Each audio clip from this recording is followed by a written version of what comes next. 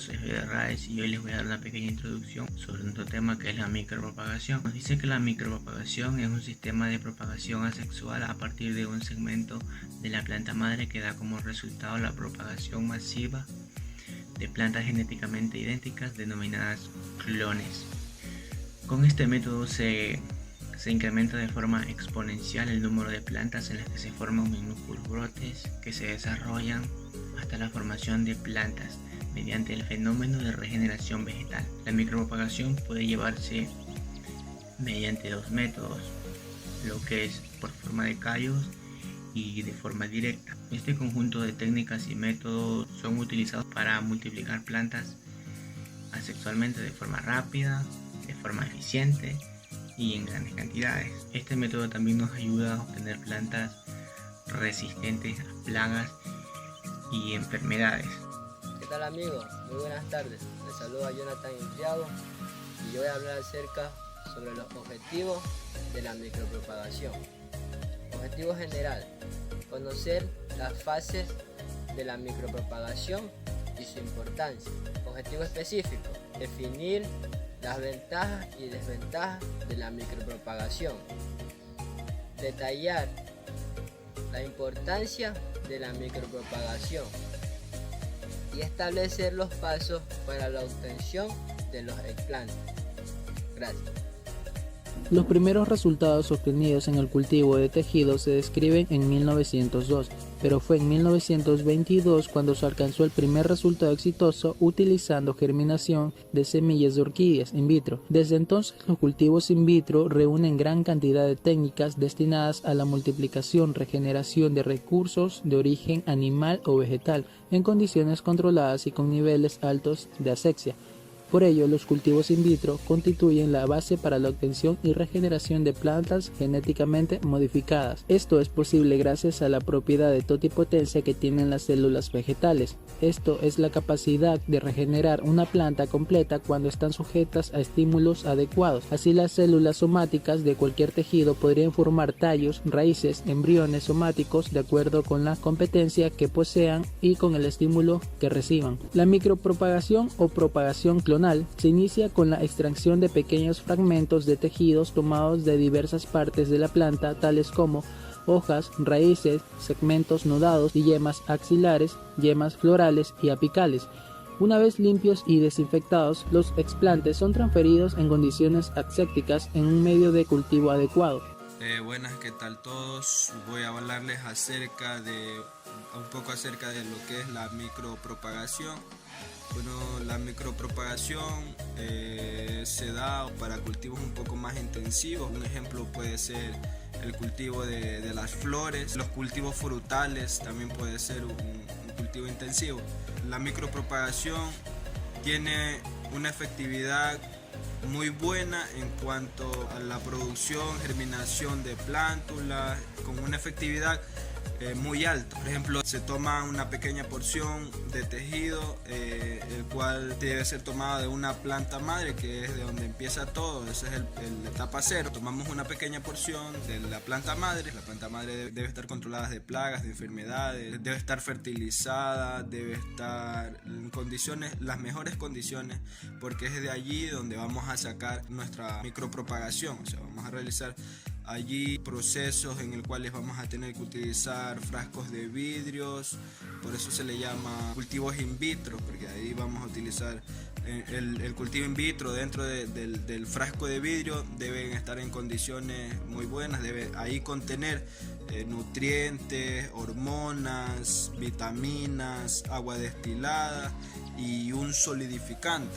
Ahí introducimos nuestro pequeño tejido, el meristemo, que de un meristemo salen miles de plantas, y esto se realiza en condiciones un poco más como de laboratorio. Difícilmente se realiza en condiciones que no sean de laboratorio, porque debe estar en condiciones de una asexia muy drástica. Debe ser un cultivo o un medio muy controlado, súper controlado, medio controlado. Son varios procesos, varias etapas que se llevan, y a continuación les vamos a detallar las etapas para poder realizar la micropropagación.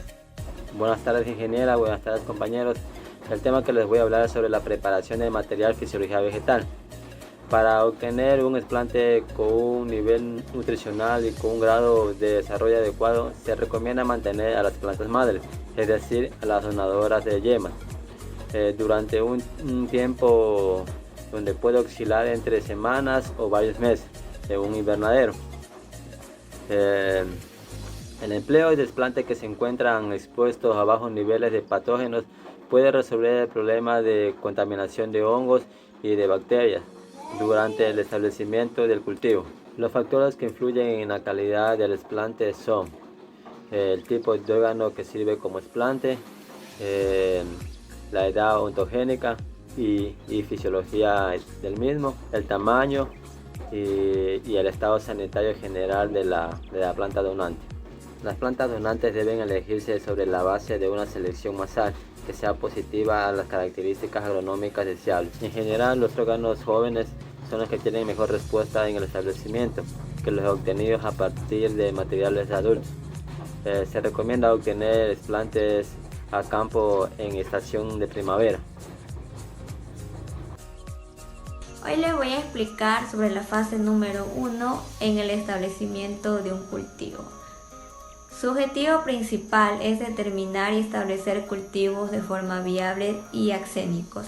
Para que esta fase tenga un rotundo éxito, tiene que estar determinada por la edad fisiológica del donante, tamaño y por su desarrollo. Para que esto tenga una forma regenerativa, tiene que estar constituida por estados fisiológicos de donantes jóvenes, tejidos meristemáticos, tales como yemas maxilares, embriones de plantas herbáceas y tejidos meristemáticos, como ya lo dije anteriormente. Hola, les habla Dayana Chávez. Les voy a hablar sobre la fase 2, que es la multiplicación de los brotes. El objetivo de esta etapa es mantener y aumentar la cantidad de brotes para los nuevos ciclos de multiplicación sucesivo y poder destinar parte de ellos a la siguiente etapa de producción, sea enraizamiento o bulificación. La metodología de esta multiplicación para cada genotipo dependerá de los protocolos que se hayan desarrollado para el mismo. El desarrollo de estos protocolos es un proceso empírico, pues no todos los genotipos responden de igual modo en un mismo medio de cultivo. Es importante señalar que en esta etapa de multiplicación de brotes, cualquiera que sea la vía de regeneración empleada, es conveniente evitar la formación de callos para disminuir el riesgo de variación somoclonal. Voy a hablarles sobre la tercera fase de micropropagación, sobre enraizamiento y aclimatación. Se dice que en algunos protocolos se obtienen las plantas ya enraizadas durante la fase de multiplicación. Sin embargo, en numerosas ocasiones, la formación de raíces se requiere de la transferencia de plantas a un medio de cultivo distinto que contenga reguladores de crecimiento de tipo auxina que induzca la formación de raíces. También en algunos casos, las plantas no enraizadas de la fase de multiplicación pueden enraizarse durante el proceso de aclimatización en túneles de enraizado, en los que se utilizan auxinas en su solución de riego. Las plantas enraizadas necesitan un proceso de aclimatización que es la clave para concluir con éxito el proceso de propagación. La transferencia directa de una planta cultivada in vitro a las condiciones de crecimiento in vivo supondría la muerte de la planta, pues las plantas cultivadas in vitro se mantienen en condiciones muy controladas a la humedad y a la temperatura y se les proporciona todos requerimientos nutricionales.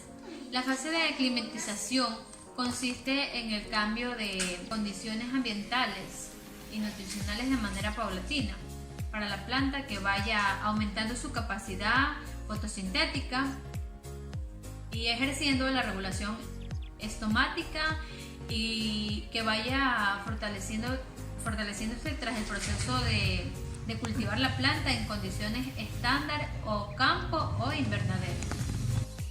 Ingeniera y compañeros, les saluda Génesis Mera. Bueno, yo les voy a hablar un poco sobre lo que son las conclusiones en el tema de la micropropagación en plantas. Bueno, actualmente la micropropagación ha cobrado un mayor interés debido a las expectativas que se tienen en cuanto a la biotecnología. He aquí también su importancia en el medio, dado que esta técnica logra aumentar las ganancias de las industrias agrícolas, mejorar el rendimiento en siembras y cultivos, entre otros. Sin embargo, esta técnica, al igual que las otras, tiene sus ventajas y desventajas. A continuación vamos a ver algunas de las ventajas. Una de las ventajas es la utilización de pequeños inóculos de plantas. Estos se realizan para producir una gran cantidad de plántulas que pueden almacenarse en espacios reducidos.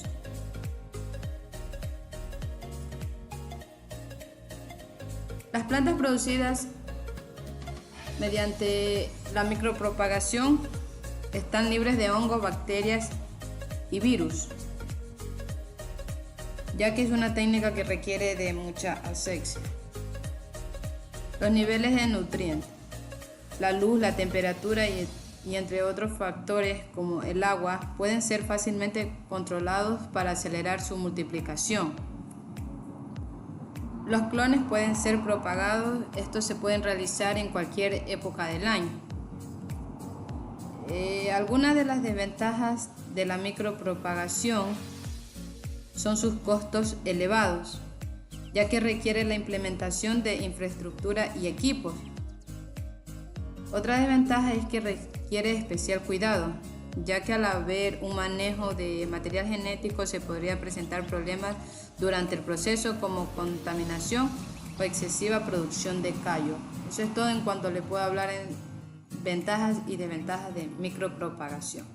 Buenos días, compañeros. Mi tema es sobre las recomendaciones y el proceso más adecuado para tener una debida micropropagación. Uno de ellos es usar desplantes debidamente seleccionados de plantas madres sanas para tener un desarrollo adecuado de los mismos. Establecer los desplantes para su reproducción en una habitación libre de contaminación, con control de temperatura, humedad, luminosidad, con instrumentos adecuados, desinfectados y que estén en un buen estado. Como tercer punto tenemos que cumplir las normas de desinfección de los desplantes para evitar la reproducción de organismos patógenos en la etapa de multiplicación, para librarnos de alguna infección, de algún patógeno que pueda interferir y no nos deje tener unos resultados factibles. Esas son las 3 recomendaciones que les puedo dar. Muchas gracias.